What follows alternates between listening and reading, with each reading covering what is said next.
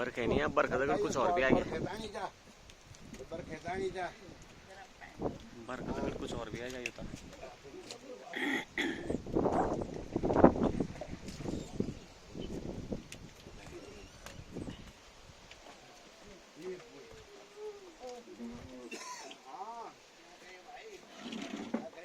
बरसात लग गई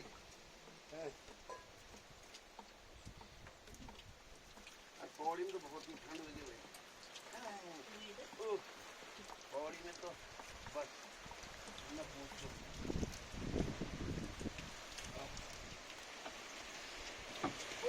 अरे बिजर चला, ये बिजर चलो।